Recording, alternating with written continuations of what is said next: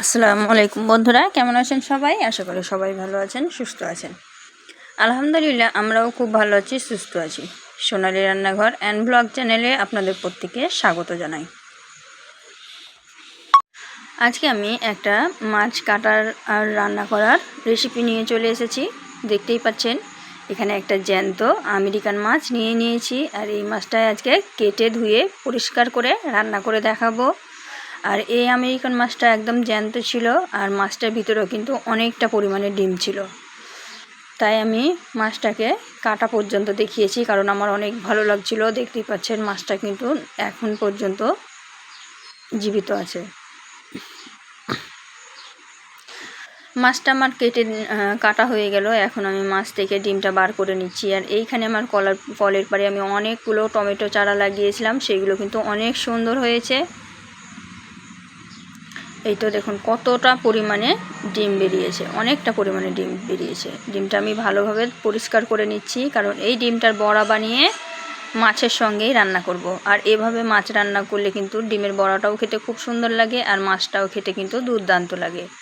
তো মাছটা আমি ভালোভাবে ডিমটা বার করে নিলাম, দিয়ে এখন পেটি বার করছি। যেহেতু মাছের পেটে অনেকটা ডিম ছিল, তাই পেটিটা না বার করলে রিং পিস হবে না, মাছটা ভাজার সময় ভেঙে যাবে, তখন কিন্তু আবার দেখতে ভালো লাগবে না। তাই আমি ছোট করে একটা পেটি বার করে নিলাম, তারপরে মাছটাকে কেটে নিলাম।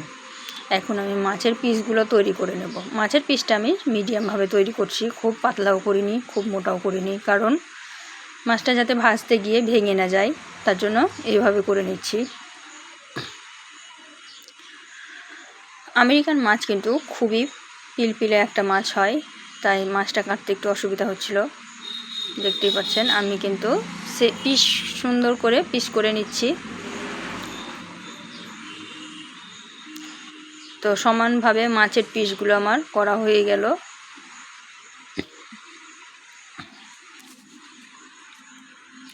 কে কে মাছ কাটতে ভালোবাসেন কমেন্টে জানাবেন। আমাকে মাছ কাটা দেখতে দুটোই ভালো লাগে, তার জন্য আমি মাছ কাটাটা আজকে শেয়ার করলাম। এখন লেজাটা পরিষ্কার করে নিচ্ছি। এখন মাথাটাকে আমি পরিষ্কার করে নিচ্ছি। এই মাছটা আপনাদের আঞ্চলিক ভাষায় কি বলে সেটা আমাকে জানাবেন। আমাদের এখানে আমেরিকান বলে। দেখতেই পাচ্ছেন এখন আমি মাথাটাকে ভালোভাবে কেটে নিচ্ছি। মাছ কাটতে আমাকে খুবই ভালো লাগে।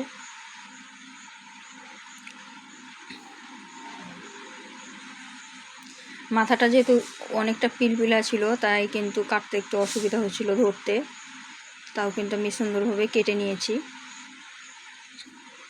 তো মাথাটাকে আমি দুই ভাগ করে দিলাম। মাছের মাথা খেতে কিন্তু আমার মেয়ে খুবই পছন্দ করে। আমি দুই ভাগ করে দিলাম এইভাবে, যাতে সমস্ত রকম মশলাও ঢুকে আর মাথাটা মানে মাছের ঝোলের ওপরে না থাকে, ভালোভাবে রান্না করা হয় তার জন্য। তো প্রত্যেকটা পিস আমার সুন্দরভাবে করা হয়ে গেছে। আর এদিকে কিন্তু ডিমটা আমি সাইডে রেখে দিয়েছি।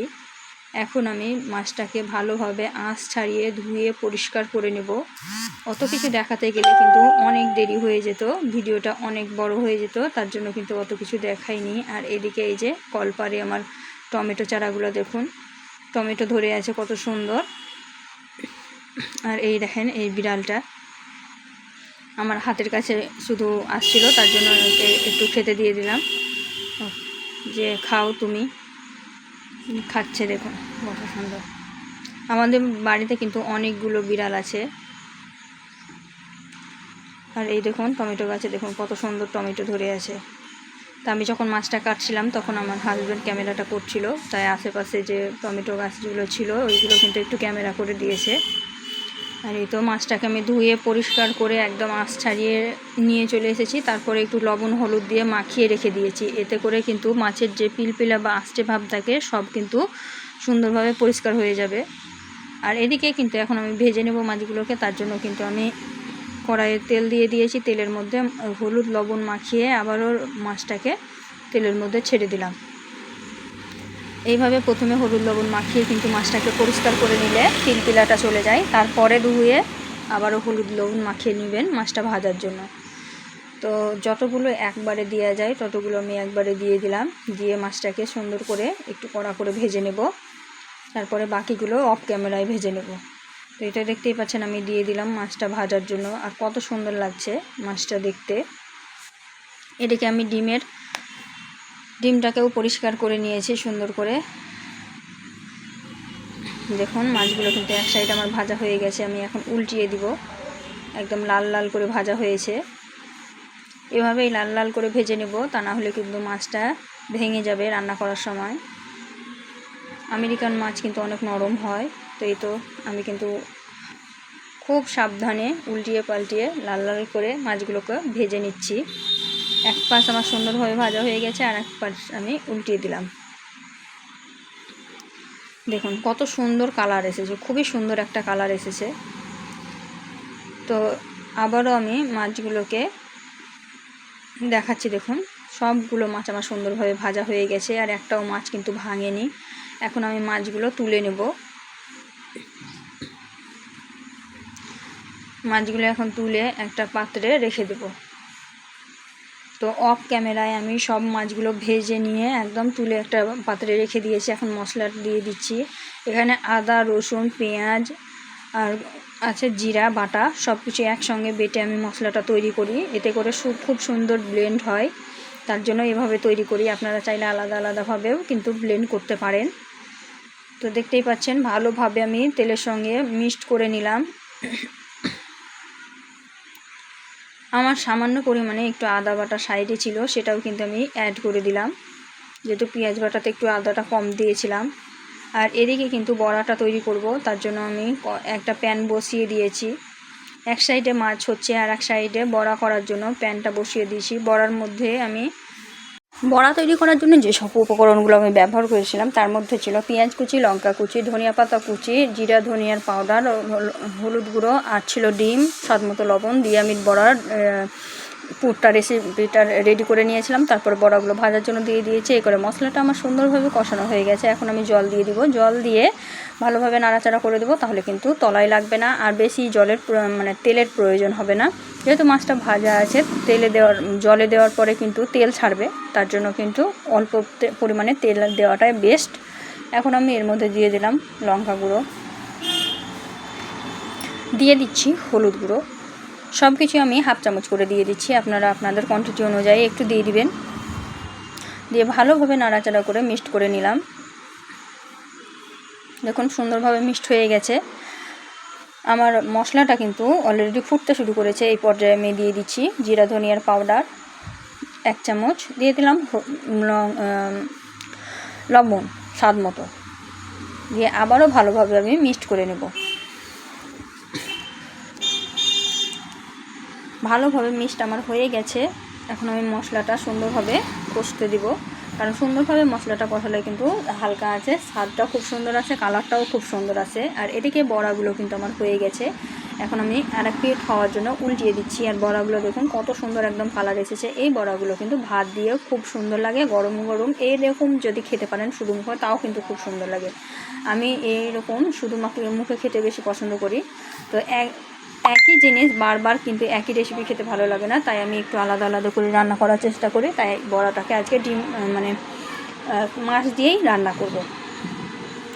তো বড়াগুলো আমার সুন্দরভাবে ভাজা হয়ে গেছে, আর এক সাইডে কিন্তু মশলাটা আমার কষানো হচ্ছে। এদিকে বড়াগুলো ভাজা হয়ে গেছে, সবগুলো বড়া আমি তুলে নেব। একইভাবে বাকি বড়াগুলোও ভেজে নিয়েছিলাম, ভেজে নিয়ে একটা প্লেটের মধ্যে রেখে দিয়েছি। আর মশলাটা আমার খুব সুন্দরভাবে ফুটে গেছে। এখন আমি এর মধ্যে জল অ্যাড করে দেবো। জলটা অ্যাড করে ভালোভাবে নাড়াচাড়া করে দেবো। আর এখানে আমি একটু সামান্য বেশি পরিমাণে জলটা দিয়েছি, যেহেতু মাছটা রান্না করব আর ডিমের বড়া দিয়ে। ডিমের বড়াটা কিন্তু অনেকটাই জল টানে, তার জন্য কিন্তু একটু দিয়ে দিলাম জলটা বেশি করে। আর এদিকে বড়াগুলো দেখুন কত সুন্দর কালার হয়েছে, দেখলেই মাশাআল্লাহ অনেক সুন্দর লাগছে। জলটা যেহেতু ফুটে গিয়েছে, এখন আমি দিয়ে দিলাম মাছটা দিয়ে ভালোভাবে নাড়াচাড়া করে দিচ্ছি। দেখতে পাচ্ছেন মাছটা ভালোভাবে দিয়ে দিয়েছি আর নাড়াচাড়া করে দিয়েছি হালকা হাতে, যাতে মাছটা সব জায়গায় সমানভাবে চলে যায়, কোনো জায়গায় উঁচু নিচু না হয়ে থাকে। মাছটা দেওয়া হয়ে গেল। এখন আমি দিয়ে দিব, যেহেতু মাছটা ভাজা আছে তাই খুব বেশি ফোটানোর দরকার নেই, তাই আমি একই সঙ্গে ডিমটাও দিয়ে দিলাম। তো ডিমটা আমার দেওয়া হয়ে গেছে। দেখুন সবগুলো ডিম আমি দিয়ে দিলাম। সবগুলো ডিম আমি দিয়ে দিলাম। এখন আমি একটু ডুবো ডুবো করে দেবো। যেমন কতগুলো ডিম হয়েছে, ডিমের বড়া হয়েছে। এখন একটু আমি সামান্য হাতে করে ডুবিয়ে দিলাম, দিয়ে এটাকে ঢাকা দিয়ে দেবো। তো এভাবে মাছ রান্না করে কে কে খেয়েছেন একটু কমেন্টে জানাবেন। আর যদি না খেয়ে থাকেন অবশ্যই একবার হলেও ভিডিওটা দেখে মাছটা রান্না করে খাবেন, দুর্দান্ত লাগে খেতে। এই তো এখন আমি উপর থেকে ধনিয়া পাতা ছড়িয়ে দিলাম। এই প্রসেসটা কিন্তু হালকা আঁচা করবেন, যেহেতু অল্প জল দিয়ে আছে। যদি হালকা আঁচা না করেন তাহলে সম্পূর্ণ জলটাই শেষ হয়ে যাবে, তখন কিন্তু আবার গায়ে লাগা লাগা হয়ে যাবে। এটা কিন্তু খুব লাগা লাগা হবে না, একটু রসা রসা হবে। তো আমি ঢাকা দিয়ে দিলাম। ঢাকা দিয়ে কিছুক্ষণ ফোটানোর পরে দেখুন মাশাআল্লাহ কত সুন্দর লাগছে দেখতে। দেখুন কত সুন্দর হয়েছে, কালারটাও অসাধারণ এসেছে। আর মাছের বড়াগুলোও সুন্দরভাবে সিদ্ধ হয়ে গেছে, মাছগুলোও খুব সুন্দরভাবে সিদ্ধ হয়ে গেছে। আমি একটু আপনাদেরকে দেখাবার চেষ্টা করছি। এটা কিন্তু গ্যাসের আঁচটা বন্ধ করে দিতে হবে এখন, তা না হলে কিন্তু জলটা খুব টেনে নেবে। আর এটা ঠান্ডা করার পরে কিন্তু ডিমের বড়াতে অনেকটা পরিমাণে জল টানবে, তাই একদম গায়ে লাগা লাগা হয়ে যাবে। তো দেখুন আমি বন্ধ করে দিয়েছি, আর দেখুন কত সুন্দর হয়েছে। তো বন্ধুরা ভিডিওটা কেমন লাগলো একটু কমেন্টে জানাবেন। যদি ভালো লেগে থাকে অবশ্যই একটা লাইক শেয়ার কমেন্ট করতে ভুলবেন না। আর এই ধরনের রেসিপি কে কে পছন্দ করেন সেটাও কিন্তু কমেন্টে জানাবেন, আমাকে তো খুব ভালো লাগে। আর একবার হলেও বাড়িতে তৈরি করে খাওয়ার অনুরোধ রইল। যদি রেসিপিটা তৈরি করেন ভালো লাগলে কমেন্টে জানাবেন। আজকের রেসিপিটা কিন্তু এই পর্যন্ত। দেখা হবে এই ধরনেরই আরও নিত্য নতুন রেসিপি নিয়ে পরবর্তী ভিডিওতে। ততক্ষণ সবাই ভালো থাকবেন, সুস্থ থাকবেন, আর আমার জন্য একটু বেশি বেশি করে দোয়া করবেন যাতে আমি আমার লক্ষ্যে পৌঁছাতে পারি। তো সবাই ভালো থাকুন, সুস্থ থাকুন, খোদা হাফেজ।